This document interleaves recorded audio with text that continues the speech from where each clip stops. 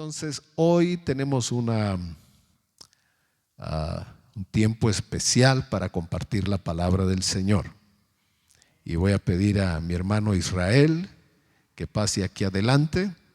Israel ha sido parte del grupo de la alabanza. Últimamente, por las circunstancias, se ha quedado ahí atrás, coordinando lo del sonido.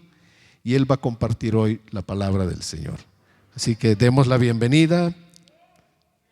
Amén. Como Dios nos habla de muchas maneras, ¿verdad? Dios nos habla muchas veces y de muchas maneras. Y oramos hoy en su presencia, Padre, que tú bendigas la vida de Israel y uses su vida, lo que tú has puesto en su corazón, para bendecir y edificar a tu iglesia. Estamos contentos de ver tu mano poderosa en medio de nosotros y por usar la vida de tus hijos y de tus hijas. En el nombre de Jesús, amén. Amén. Gracias. Bueno, pues es la primera vez que, una vez habíamos hecho una dinámica entre el grupo de alabanza, no sé si algunos recuerden, creo que lo habíamos hecho acá abajo, habíamos puesto unas mesitas y compartimos un mensaje en día domingo, pero es la primera vez que yo lo hago de esta forma.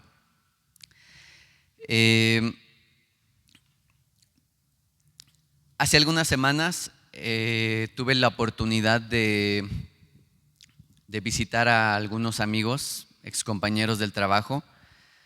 No sé si algunos lo sepan, yo trabajé por más de 3 años en la Ciudad de México, vivía allá y los fines de semana venía acá a Toluca.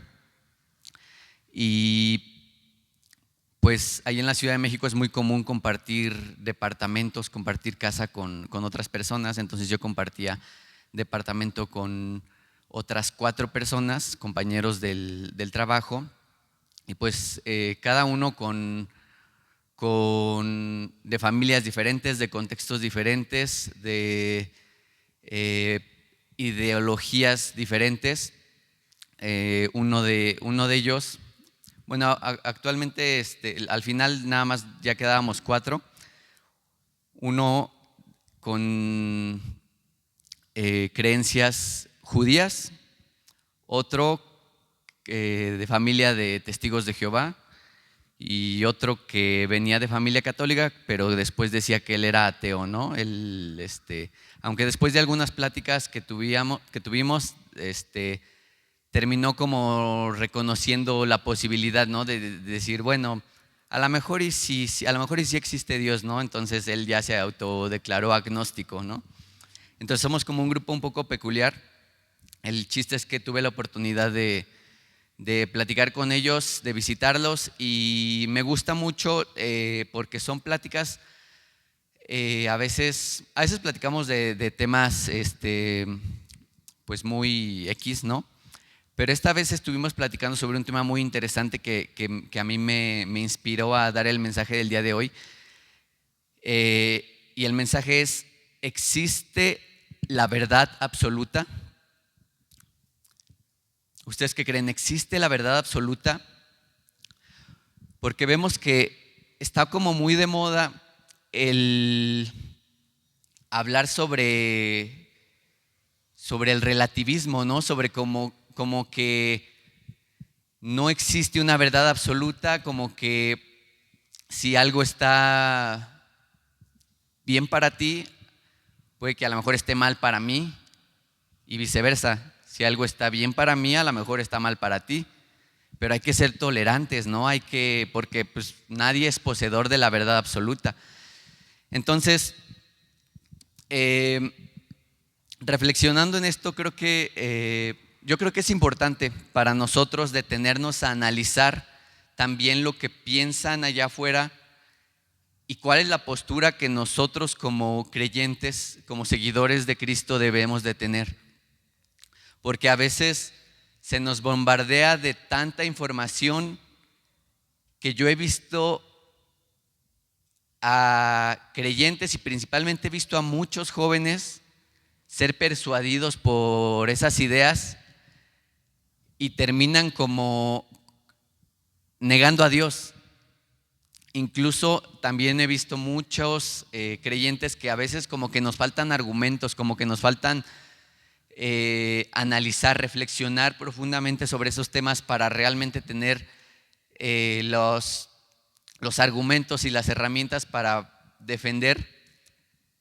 Porque ¿qué pasa? También algo que creo que nos pasa es que cuando tocamos algún tema con un no creyente queremos sacarle la Biblia y le decimos, mira, lo que yo digo es verdad porque aquí dice esto, ¿no?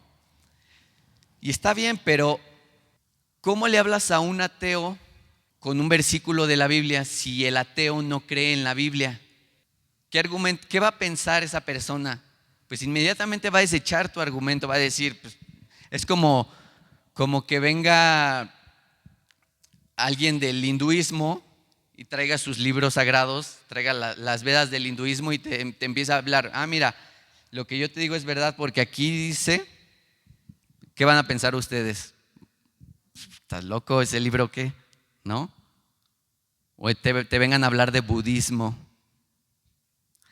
Entonces, a veces siento como que también le damos un poco como de vuelta a veces a la lógica. Y bueno, los que me conocen sabrán que yo soy una persona un poco, digamos que si yo hubiera vivido en los tiempos de Jesús, yo hubiera sido Tomás.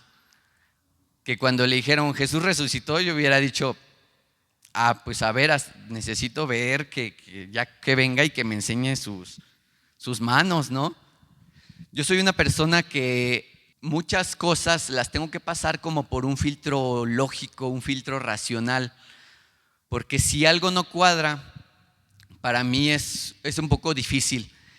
Y en 1 Pedro 3:15 dice, estén siempre preparados para dar razón de su fe, estén siempre preparados para responder a todo el que les pida razón de la esperanza que hay en ustedes.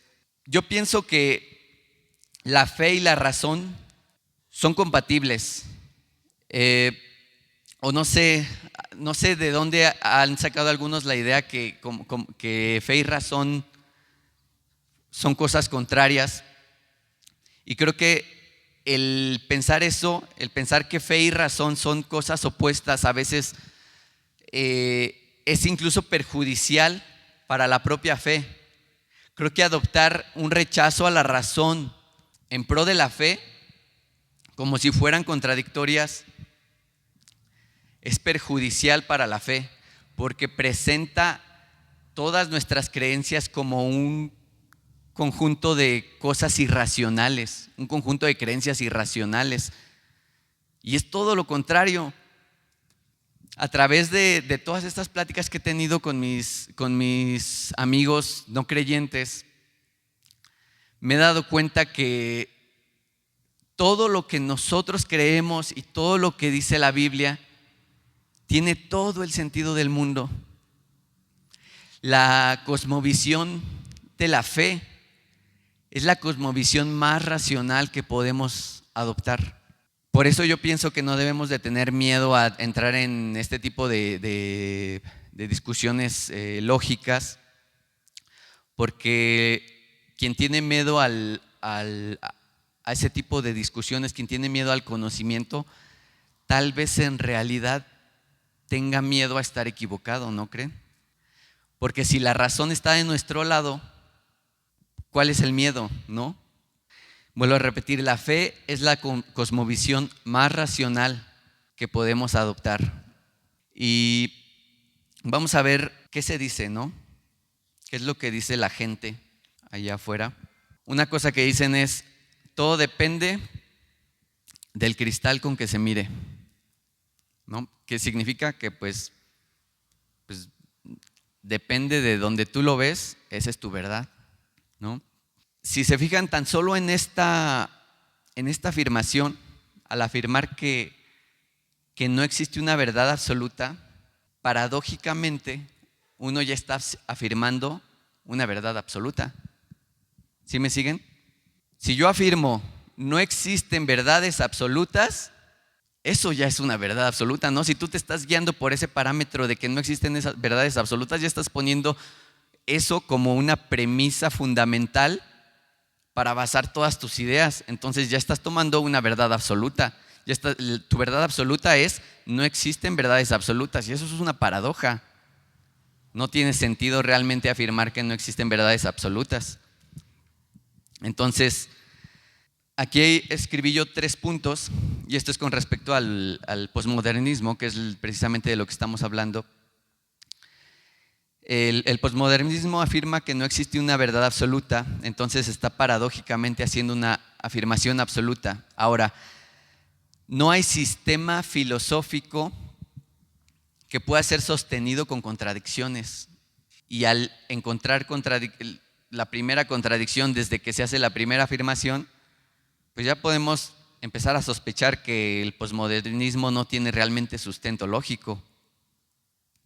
Entonces, realmente cuando alguien afirma eso, cuando alguien relativiza la verdad, se está tirando un disparo en el pie. Uno de mis amigos me decía, bueno, es que hay que ser tolerantes, dice, porque esa es precisamente la premisa fundamental de que no hay verdades absolutas, y de ahí te empiezan a meter otro tipo de discursos para empezar a hablar de, no, pues es que si a ti te gustan los hombres o las mujeres es tu problema. Si eso para ti está bien, o sea, ¿por qué me tienes que decir a mí que eso está mal? ¿No? Y yo le digo, bueno, supongamos, ¿no? Supongamos que tienes razón. Supongamos que no existe un Dios. Supongamos que no hay verdades absolutas. Entonces hay que tolerar lo que a cada quien le gusta. Y entonces empiezas y dices, vamos a tolerar a estos que se acuestan con hombres, estos que se acuestan con mujeres, estos que se acuestan con animales. Ahora vamos a aceptar a estos que les gustan los niños, ¿no? Vamos a aceptar a los necrófilos. Y así podemos, si empezamos a relativizar, nos damos cuenta de que empiezas por algo, entre comillas, aceptable, pero entonces tienes que aceptar todo. Porque ¿cómo puedes, si no existe el bien y el mal, si todo es relativo, si no hay verdades, entonces, ¿por qué juzgas al asesino? A lo mejor él en su mente tiene alguna justificación, ¿no? ¿Por qué juzgas al ladrón, ¿no? El ladrón a lo mejor y tenía sus razones, ¿no? Y su verdad es otra a la tuya. Respétalo, toléralo, tolera al estafador. Realmente, en esta plática que tenía yo con mis amigos, me decían, no, bueno, es que tampoco, dice, es que yo creo que mi libertad termina donde empieza la del otro. Ah, ok, estoy de acuerdo contigo, pero ahí también me estás haciendo una afirmación de una verdad. Me estás dando una verdad absoluta. Entonces, ¿hay verdades o no hay verdades? Estábamos también hablando sobre, ponía el ejemplo, yo le decía, dime, a ver, explícame, ¿por qué razón tú le eres fiel o porque tú crees que es bueno serle fiel a tu novia, ¿no? Él decía, porque si le soy infiel, la estoy traicionando. O sea, le digo, pero si es a espaldas de ella, ¿no? Sí, porque ella puso confianza en mí. Ok. O sea, y si no se da cuenta, si ella no se entera, pues ojos que ven, corazón que no siente, ¿no? ¿O por qué? ¿Por qué está mal? Suponiendo que no se da cuenta, entonces no le haces daño. Y yendo un paso más allá, ahora supongamos que los dos están de acuerdo, ¿no? los dos están de acuerdo y dicen, no, pues tú puedes salir con otras personas y yo también con otras y somos una relación abierta. En ese caso, entonces no está mal, ya no hay infidelidades, ¿no? Y me decía, no, pues no, en ese caso no, en ese caso pues tiene su permiso y pues es un común acuerdo, nadie le está haciendo daño a nadie. Le digo, entonces tu sentido del bien y del mal lo basas en lo que dice otra persona. O explícame de dónde basas tu moral, de dónde sacaste que esto es bueno, de dónde sacaste que esto es malo. ¿Sí me explico? La cuestión es que el hecho de relativizar el bien y el mal trae un gran problema, que es, entonces, ¿cómo explicas tu propio comportamiento? Si relativizas todo, dime de dónde sacaste que robar es malo, de dónde sacas que matar es malo, porque matar es malo aquí en China y en cualquier parte del mundo. Quien diga lo contrario, yo creo que los psicólogos, los psiquiatras van a empezar a pensar, este cuate tiene un trastorno, ¿no? Este cuate como que algo hay que atenderlo, porque está convencido de que matar está bien. Y ese es el problema con este tipo de lógica. Yo le decía, si Dios no existe, te compro tu argumento. Yo creo que toda la moral es relativa. Si la moral es relativa, entonces la moral por sí sola no tiene sentido, porque significa todo y nada a la vez, porque depende de cómo lo ve cada quien, ¿no? Entonces, ¿el bien y el mal tiene algún sentido? ¿Existen? Si Dios no existe, ¿tiene sentido la concepción de bien y mal? Todo entonces son constructos, ¿no? Porque eso se dice también, solamente que se saltan todo lo anterior, ¿no? Dicen, son constructos sociales. Pero si todos son constructos sociales, entonces toda percepción de bondad y maldad que tenemos nosotros es arbitraria. Alguna persona, entre la sociedad le empezaron a definir. Entonces, ¿qué? Le digo, entonces tú eres una ovejita que obedece ciegamente constructos sociales arbitrarios. ¿O cómo me explicas que tú te frenas, que tú dices, esto está mal, no lo voy a hacer? No te limites. Si Dios no existe, ¿qué te frena a satisfacer tus deseos? Si quieres tomar algo que no es tuyo, tómalo. O eres, porque también este tipo de personas que hablan sobre estas ideas, ellos mismos piensan, ellos mismos como que se ponen el gafete como de, es que nosotros somos intelectuales, nosotros pensamos, nosotros no nos vamos con lo que dicen la religión. ¿Por qué? Porque tachan a los religiosos de ignorantes, tachan a los religiosos de ellos son ovejitas que van ahí creyendo ciegamente y no se dan cuenta que cuando si uno se pone frente a frente y le dice, a ver, entonces explícame tú por qué te limitas, explícame tú por qué no, de dónde sacas que esto es malo, si para mí está bien. Y llegamos a caer en absurdos tan bizarros, por así llamarlos, que no sé si han visto qué responde una persona que es promotora de la ideología de género cuando le preguntan, ¿qué es una mujer? ¿Alguien lo ha visto? ¿Alguien ha visto cuál es la respuesta? ¿Nadie ha visto? Búsquenlo en internet, hay muchos videos. Cuando a alguien que promueve la ideología de género le preguntan, ¿qué es una mujer? Una pregunta tan sencilla, evaden la pregunta. Y su respuesta, ¿saben cuál es? Es, una mujer es una persona que se identifica como mujer. Y pero, ¿qué es una mujer? O sea, me estás dando una definición circular. Me estás diciendo, una mujer es una mujer. Eso no es una definición.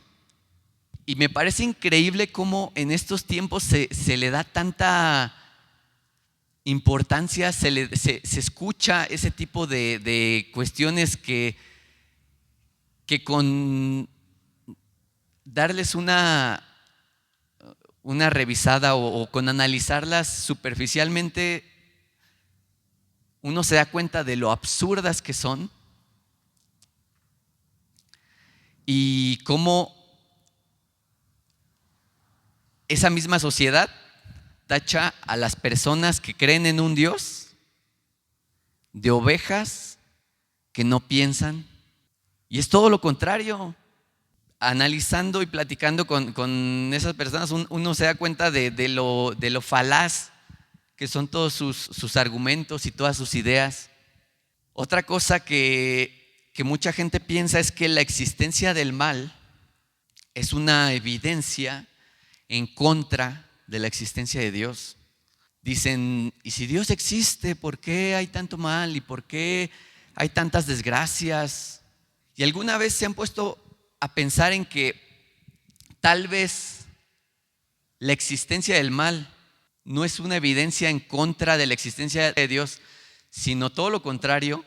Yo estoy plenamente convencido de que el hecho de que exista en nosotros esa moral, ese sentido de bien y mal, más que ser una evidencia en contra de la existencia de Dios, es algo que nos apunta directamente a que existe un Dios. ¿Por qué? Precisamente por esto, porque si la moral es relativa, si no hay verdades absolutas, entonces si no existe el bien y el mal, pues es porque nadie lo sustenta. Pero si existe algo que está en todo ser humano y que sin que le digan, un niño ya sabe que mintió, un niño ya sabe que tomó algo que no es suyo y lo oculta, y si ya existe ese chip instalado en nosotros, ¿cómo lo explicamos? ¿De dónde salió? ¿No? Y eso es lo que le falta, esa es la pregunta que le falta a todos los promotores o seguidores de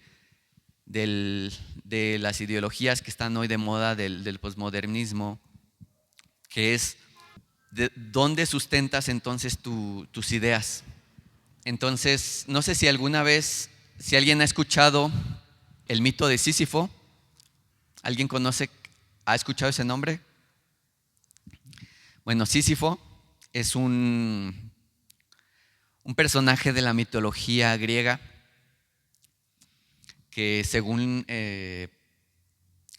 lo que cuentan los relatos de la mitología griega, bueno, para no hacer largo el cuento, Sísifo engañó a la muerte 2 veces, engañó al Hades, se pudo escapar de la muerte 2 veces y al final lo castigaron. ¿Cuál fue su castigo? Que en el inframundo tenía que empujar una piedra por una ladera empinada, la tenía que empujar hasta llegar a la cima. Pero justo antes de llegar a la cima, la piedra se caía y Sísifo tenía que bajar, volvió a empujar la piedra y así iba. Y otra vez iba a llegar a la cima y la piedra se caía. Y su castigo era hacer eso por la eternidad. Era lo que explica digamos, la moraleja de la historia de Sísifo es el sinsentido. Es el hecho de que a veces la gente hace cosas y quieren llegar a un objetivo, pero realmente eso no tiene sentido, ¿no? La piedra se vuelve a caer y hay que volver a empujarla. Yo creo que si tú crees en que todo es relativo, tu vida no tiene sentido. Tú eres Sísifo. Si Dios no existe, Todos somos Sísifo. ¿Para qué haces el bien? ¿Para qué trabajas? ¿Para qué te esfuerzas? Yo le decía a este compañero, si Dios no existe, en poco se diferencia esta vida de un videojuego, ¿no? ¿Por qué? Porque en los videojuegos uno lo prende, el personaje sale y el personaje pues vas matando a los enemigos, vas ganando moneditas, ¿no? Llegas a la meta, ya gané, me gané un trofeo y luego, y ya, lo apagas, te divertiste un rato, no trasciende. Si Dios no existe, la vida es así. Le digo, la vida es como un videojuego, ¿no? Y entonces, ¿quién está jugando mejor este videojuego si Dios no existe? Pues los que no se frenan, los corruptos, los narcotraficantes, los estafadores, todos ellos están jugando un mejor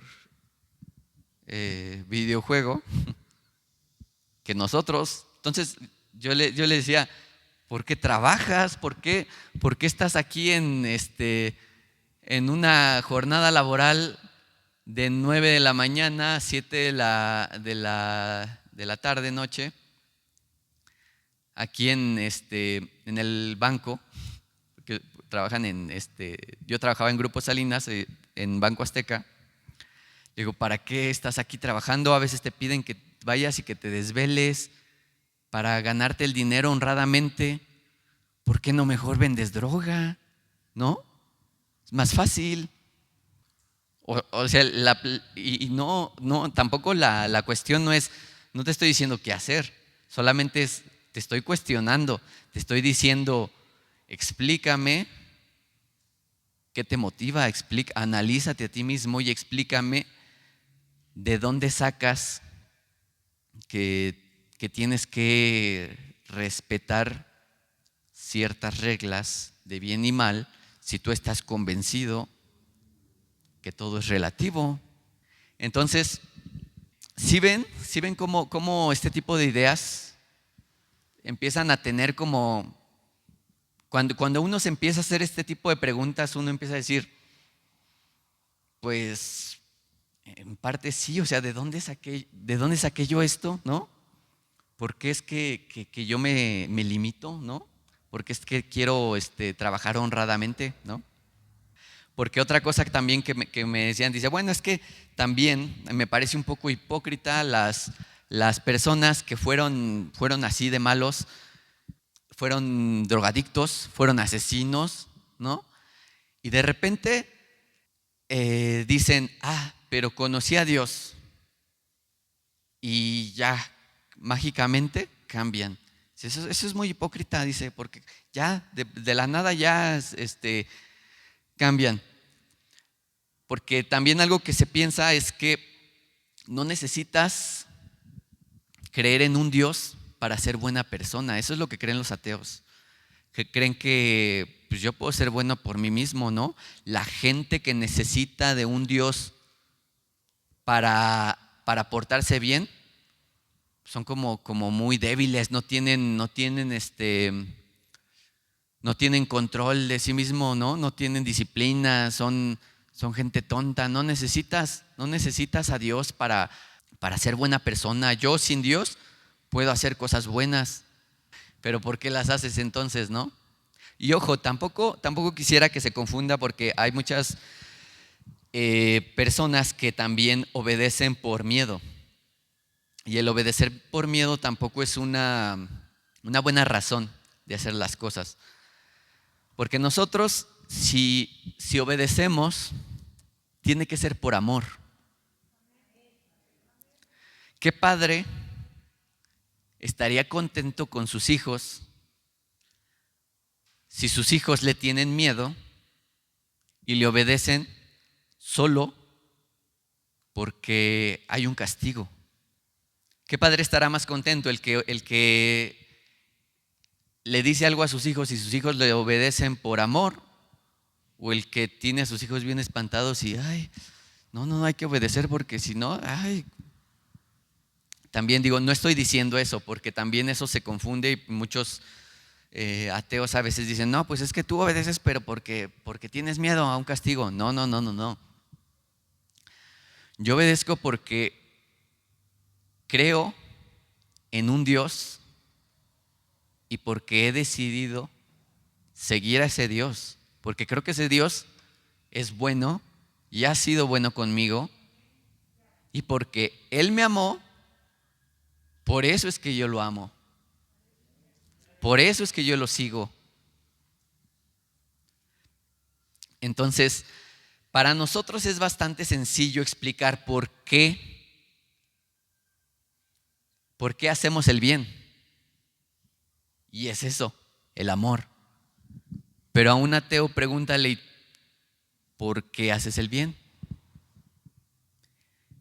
Y la razón tiene que ser una respuesta, la respuesta tiene que ser una razón arbitraria.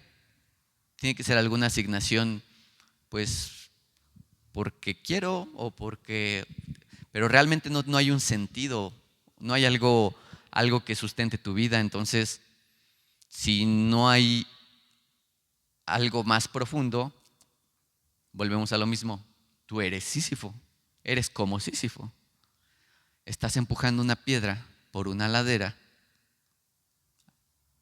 y todas esas buenas obras que tú haces son esfuerzos por empujar esa piedra por esa ladera. Pero al final de tu vida, cuando ya vas a llegar a la cima, la piedra se va a caer. ¿Y tu vida? Nada. Negro, vacío, nada existe. ¿No? Entonces, ¿por qué no, si tú crees eso, por qué no te diviertes? ¿Por qué no das rienda suelta a lo que quieres? ¿Qué te limita? ¿No? Porque aún las personas que no creen en Dios, ellos saben, hay algo dentro de ellos. Romanos 2:14 dice, porque cuando los gentiles que no tienen ley hacen por naturaleza lo que es de ley, estos, aunque no tengan la ley, son ley para sí mismos, mostrando la obra de la ley escrita en sus corazones, dando testimonio su conciencia y acusándoles o defendiéndoles sus razonamientos en el día que Dios juzgará por Jesucristo los secretos de los hombres conforme a mi evangelio. O sea, aquí nos está diciendo la palabra de Dios. Aquellos que no conocen mi ley, la saben. ¿Por qué? Porque la tienen escrita en sus corazones. Para nosotros esta es la respuesta. Para nosotros es muy sencillo explicar. ¿Y por qué tú estás convencido? ¿Por qué matar es malo aquí en China? Pues por esto. Porque el origen del mal, más bien, el origen del conocimiento del bien y del mal, que es esa ley, la Biblia lo explica en Génesis. Cuando Adán y Eva, sus ojos les fueron abiertos, se dieron cuenta que estaban desnudos. En ese momento, ese conocimiento del bien y del mal, eso es el conocimiento de esa ley. Yo me imagino el día en que Adán y Eva probaron de ese fruto, es como si en sus corazones se les hubiera escrito esto que dice aquí. Entonces ellos se dieron cuenta y dijeron, ¿qué pasa? Entonces, también otra cosa que se dice es ¿por qué Dios no acaba con el mal? ¿No? Si Dios es bueno y es todopoderoso, ¿no? Para empezar, sí existe, ¿no? Si existe y es bueno y es todopoderoso, ¿por qué no acaba con el mal? Una de dos, o no es bueno o no es todopoderoso, porque ¿cómo compatibilizas eso, no? Y la respuesta, a pesar de que se le ha dado muchas vueltas, es bastante simple. De hecho, es un problema que a nivel filosófico está resuelto desde hace muchísimos años. Y la respuesta es, Dios no acaba con el mal porque tendría que acabar contigo. No sé si han visto una película que se llama Minority Report. No recuerdo el título en español, pero existía en esa película una tecnología donde ellos podían predecir los delitos que se iban a efectuar, ¿no? Entonces, ya no existía la policía, existía la pre-policía, ¿no? Los pre-cops le llamaban, ¿no? Y ya no existían los crímenes, existía el precrimen. Y en esa película, antes de que una persona matara a otra, llegaban los prepolicías, estás detenido porque vas a cometer esto. Y la gente se quedaba, ¿qué? Soy inocente, no lo he hecho. Y se los llevaban y los encarcelaban. Y al final en la película pues muestra como un dilema y ciertas paradojas de que dice, es que no puedes castigar a alguien que todavía no ha cometido el crimen. ¿Ustedes creen que Dios no sabe los pecados que nosotros vamos a cometer? Jesús le dijo a Pedro, tú me vas a negar antes de que cante el gallo. Y Dios ya lo sabe, pero Dios no lo detiene porque Dios quiere que le amemos voluntariamente, porque Dios nos dio libertad. Porque si Dios, que sí puede detener el mal, pero si Dios quisiera hoy, dice, hoy es el día, voy a acabar con la maldad. Se acaba el mundo. Y podemos ver en 2 Pedro 3, versículo 9, dice, el Señor no retarda su promesa, según algunos la tienen por tardanza, sino que es paciente para con nosotros, no queriendo que ninguno perezca, sino que todos procedan al arrepentimiento. Una vez más, no es que Dios no quiera acabar con el mal, sino que está teniendo misericordia. Porque Dios no quiere que ninguno perezca, pero tampoco puede obligarnos. Porque si Dios obliga a las personas a amarlo, eso ya no es amor. El amor solamente se puede desarrollar donde hay libertad. El amor ya no tendría sentido. Entonces, realmente tampoco el hecho de que exista sufrimiento no es un argumento en contra de la existencia de Dios. De hecho, cuadra perfectamente con lo que dice la Biblia. Ahora, ¿qué es lo que nosotros decimos? ¿Hay alguna verdad absoluta? ¿Qué es la verdad? ¿No? Vamos a Juan 18. Hay una historia aquí en Juan 18, 37, donde están platicando Jesús y Pilato.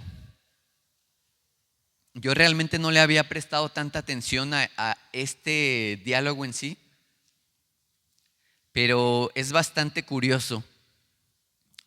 Está Pilato con Jesús y le dice Pilato a Jesús, ¿así que tú eres rey? Y Jesús le responde, tú dices que soy rey. Para esto yo he nacido y para esto he venido al mundo, para dar testimonio de la verdad.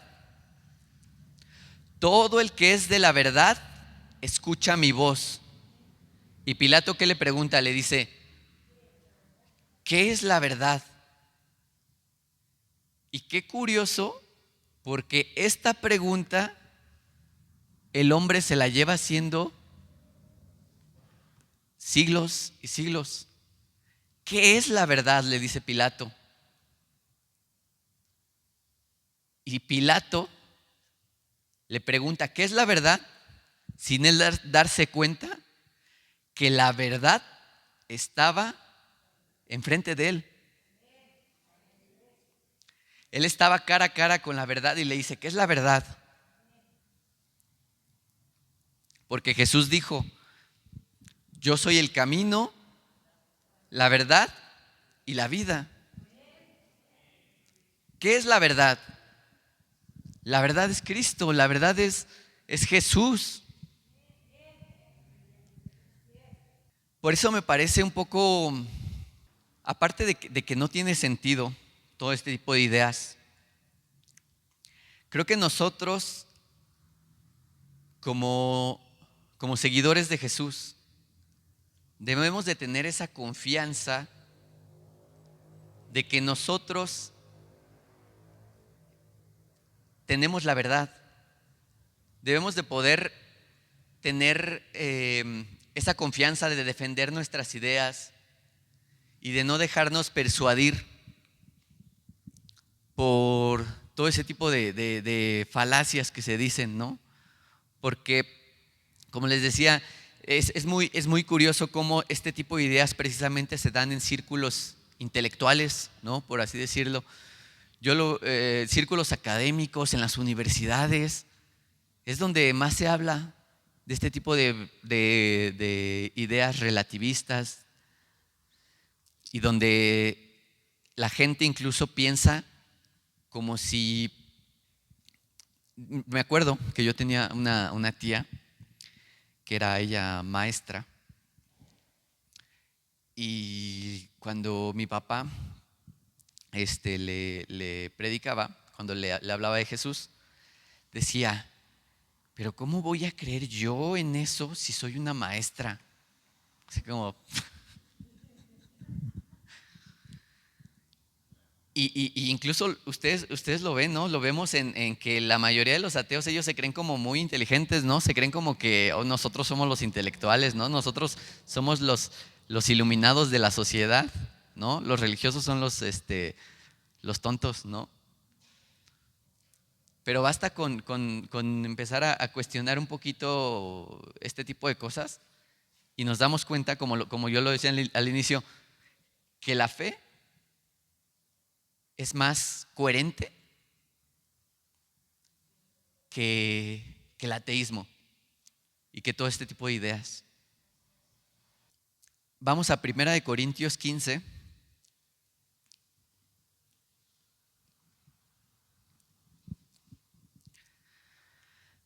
Cuando yo platico con mis amigos, a veces me gusta, digamos, por así decirlo, darles el beneficio de la duda, ¿no? Me gusta como poner los escenarios. Entonces, aquí en Corintios 15:14, Pablo hizo algo similar, que es, ok, supongamos que tú tienes razón, ¿no? Supongamos que estamos con un ateo platicando y le decimos, bueno, digamos que tú tienes razón, que Dios no existe, ¿qué pasaría, no? ¿Qué pasaría si?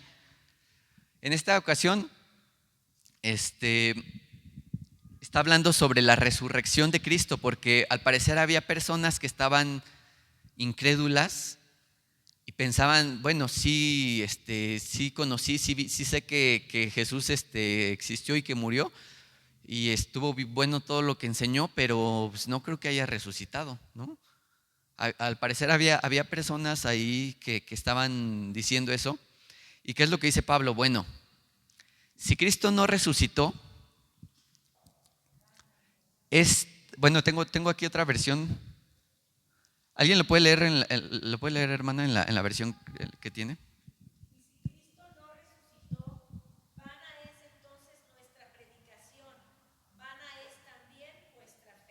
También el 15.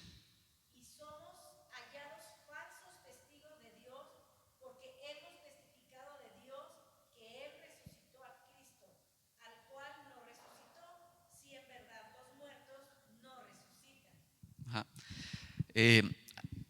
La versión que yo tengo aquí anotada dice: y si Cristo no resucitó, esta buena noticia que anunciamos no sirve para nada. Y de nada sirve tampoco que ustedes crean en Cristo. Si fuera cierto que los muertos no resucitan, nosotros estaríamos diciendo una mentira acerca de Dios, porque afirmamos que Él resucitó. Afirmamos que Él resucitó a Cristo. Ajá. O sea, básicamente Pablo está diciendo, mira, si Cristo no resucitó, yo soy como lo que decíamos hace rato, yo soy como Sísifo, ¿no? ¿Por qué? Porque yo todo lo que estoy creyendo no sirve, ¿no? Que realmente si uno lo piensa, si Cristo no resucitó, los ateos son Sísifo, nosotros somos Sísifo, todos realmente no tiene sentido, ¿no? Todos estamos iguales. Pero si Cristo resucitó, tú eres Sísifo y yo no. Ajá. Tu vida no tiene sentido y la mía sí. Entonces, ¿qué tiene más? ¿Quién tiene, por así decirlo, más probabilidades, no? Pues obviamente nosotros. Y no solamente Pablo dice, si Cristo no resucitó, no sirve de nada esto que estamos anunciando, sino que dice, si eso fuera cierto, nosotros somos unos mentirosos. No solamente eres un desventurado, ¿no? No solamente eres un ingenuo, eres un mentiroso. ¿Por qué? Porque andas ahí diciendo, Cristo resucitó y Dios existe, ¿no? Te vuelves automáticamente en un mentiroso. Pero, si esto es verdad, ¿quiénes son los mentirosos? Entonces, nuestra base, la roca de nuestra fe, es Jesús. Esa es la verdad. Por eso Jesús dijo, yo soy la verdad. Porque si hay una verdad absoluta en el universo, es Él. Y si no es Él, yo no conozco ninguna otra religión o ninguna otra ideología que tengan un fundamento, una verdad así de que te digan, esta es la verdad absoluta. Entonces, realmente podemos ver cómo todo empieza a cuadrar, como si lo analizamos de cara a la Biblia, analizamos lo que creemos y lo comparamos con lo que se dice allá afuera, podemos ver cómo hay una cierta especie como de armonía en todo lo que creemos. Y no solo armonía, sino que somos los únicos que tenemos esperanza, porque los demás, dices, pues tú si quieres puedes ser ateo, pero al final de cuentas, incluso el ateísmo está plagado de actos de fe. ¿Por qué? Porque algo que dicen, es que yo no puedo creer en algo que no veo, hasta no ver, no creer, ¿no? Es que no, ¿cómo voy a creer en algo que la ciencia no pueda demostrar. ¿Y acaso la ciencia puede demostrar que Dios no existe?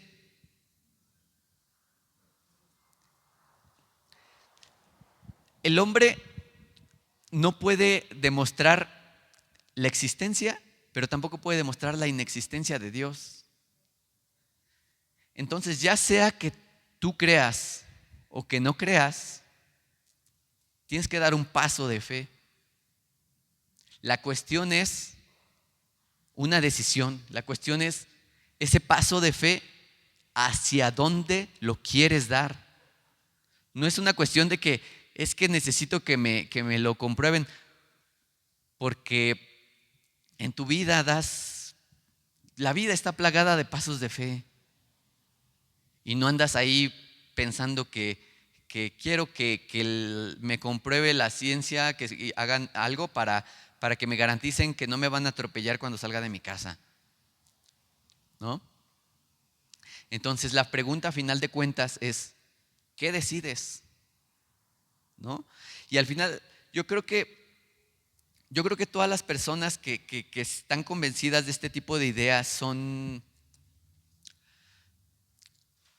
en cierta forma lo hacen porque su conciencia los acusa. Ajá. Mientras yo estaba escribiendo el boceto el bosquejo de este tema, vino a mí esa reflexión que yo dije, realmente esas personas no es que no sepan si el bien y el mal existen o no.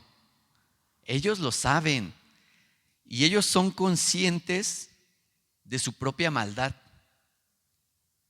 pero se inventan, se tragan esas ideas para aliviar su conciencia, porque no tienen esperanza, porque no tienen a Jesús.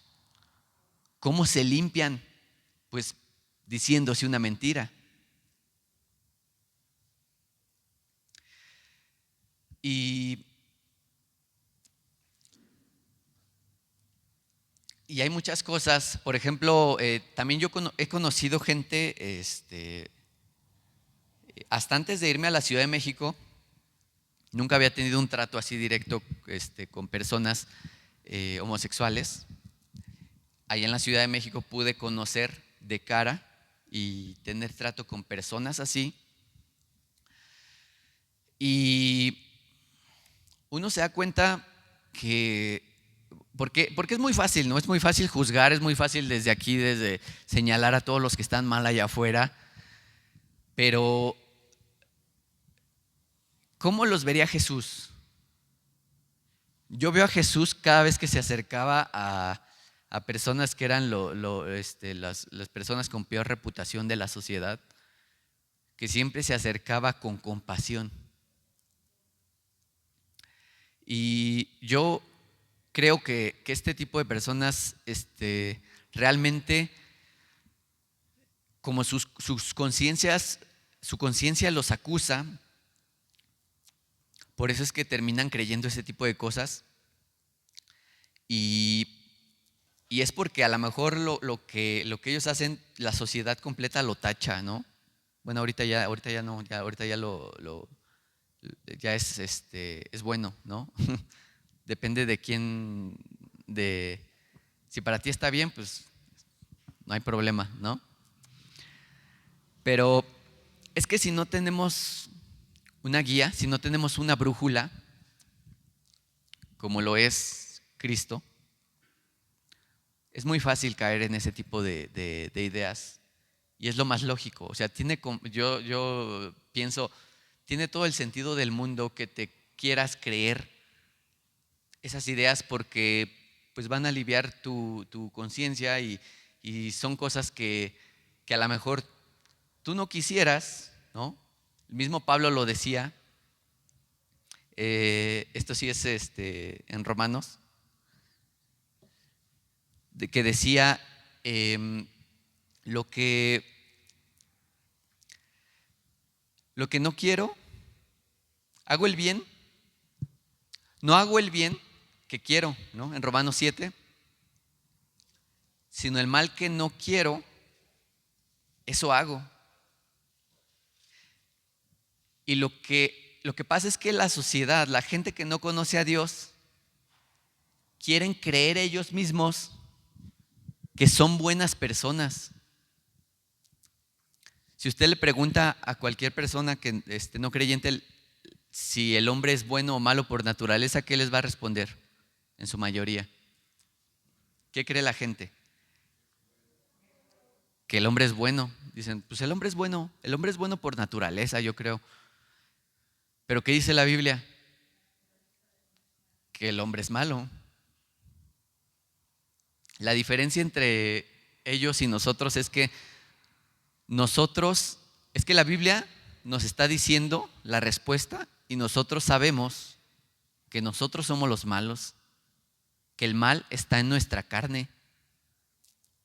Y la diferencia con ellos es que, ¿cómo voy yo a aceptar que soy malo? No, yo soy bueno. Entonces tengo que convencerme a mí mismo que soy bueno. Entonces tengo que inventar un discurso para que todo cuadre, que me diga que yo soy bueno. ¿Por qué? Porque no tengo esperanza, porque no tengo una brújula, porque estoy desorientado. Y hay una canción de un grupo que se llama Rescate, no sé si la han escuchado. De hecho, hace poco falleció el vocalista del grupo que se llamaba Ulises. Es una banda argentina. Hay una canción que tienen que se llama El Veneno. Y la canción habla precisamente de esto que Pablo expresa en Romanos 7. La canción dice, es una pulseada que dura una vida. Es una batalla nueva cada día. Que es precisamente esto. Más adelante en el coro dice, el bien que deseo me cuesta lograrlo y el mal que no quiero viene sin llamarlo. Uno siempre cree que el mal está afuera, pero el mal es mi carne y eso me envenena. Por eso se llama el veneno, porque está hablando de lo que hay en la carne. Porque casi siempre nos gusta ver al mal como es algo que pasa allá afuera, es algo que, no, el mal está aquí. La diferencia entre un cristiano y alguien que no tiene a Cristo es esto que dice, es una batalla nueva cada día. Y el cristiano tiene que estar día a día luchando esa batalla. La gente allá afuera pues dicen, yo tengo estos deseos y pues así soy, me acepto así como soy. Y si todos nos creemos eso, pues entonces yo me tengo que creer lo que yo soy, ¿no? Porque yo tengo pasiones. O sea, es muy fácil juzgar, decir, ese es homosexual, ¿no? Pero tú, o sea, ¿tú qué tienes? ¿Qué hay en ti? ¿No? Y al menos hablo desde el punto de vista de los hombres. Digo, a lo mejor yo no soy homosexual, pero si pasa una chica en minifalda, ¿qué pasa? Las miradas, ¿no? El hombre es muy fácil, codicia muy fácil a las mujeres. Y es un problema que está en la carne. Pero el hecho de que esté en la carne no significa que debas aceptarlo, consentirlo y decir, así soy. Pues sí, Dios así me hizo, ¿no? Lo que debemos hacer nosotros es convertirnos en guerreros que a veces más que pelear contra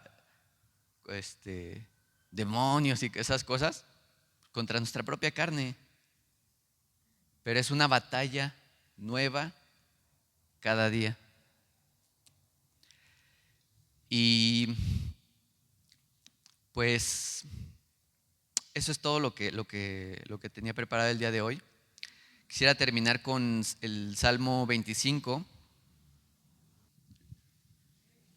que dice: muéstrame, oh Jehová, tus caminos, en el versículo 4, Salmos 25, 4. Muéstrame, oh Jehová, tus caminos, enséñame tus sendas, encamíname en tu verdad y enséñame, porque tú eres el Dios de mi salvación. En ti he esperado todo el día. Entonces, que nuestra oración sea esta, que nuestra oración sea: muéstrame, Dios, tus caminos, que tu verdad guíe mi vida, porque si su verdad no guía nuestra vida, tu vida carece de sentido. Tu vida carece de esperanza. Nada trasciende. Y si nada trasciende, como decía Pablo, no tiene sentido lo que venimos a hacer aquí cada domingo, ¿no? Si no estamos viviendo, buscando a Dios, buscando esa verdad, buscando ese norte, esa brújula, yo le decía a mi mamá, somos los tontos de la clase, ¿no? Al venir aquí, estar platicando, estaba cantando unas cancioncitas, pero ¿y cuál es el sentido, no? ¿Cuál es el sentido de hacer todo eso, no? Entonces, realmente la única idea donde podemos encontrar esperanza y sentido es en Jesús.